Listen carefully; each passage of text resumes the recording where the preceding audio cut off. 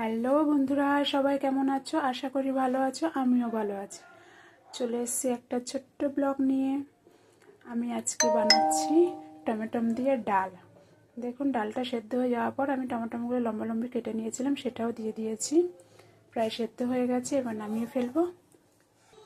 তেলটা গরম হয়ে গেছে, ফোড়নে আমি দিচ্ছি শুকনো লঙ্কা আর সর্ষে।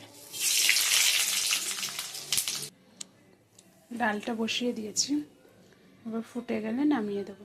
কে কে আপনারা এই টমেটো দিয়ে ডালটা খেয়েছেন অবশ্যই আমাকে কমেন্টে জানাবেন। আর যদি বা না খেয়ে থাকেন তাহলে একবার ট্রাই করুন, আশা করি আপনাদের ভালো লাগবে। আমার তো এই ডালটা খেতে খুব ভালো লাগে। তাহলে আমাকে অবশ্যই জানাবেন, যদি ভালো লেগে থাকে তাহলে আমাকে একটা লাইক, শেয়ার, কমেন্ট আর সাবস্ক্রাইব করে দেবেন। আবার দেখা হবে, সবাই খুব ভালো থাকবেন। ওকে, বাই, টাটা। সরি, বলা হয়নি, আজকের মেনুতে আমার ছিল টমেটো দিয়ে ডাল, আর এই যে দেখুন শিম আর আলু কেটে রেখেছি, শিম আলুর একটা সবজি বানাবো, আর ভাত আর পাঁপড় ভাজা। এই হলো আজকে আমার মেনু।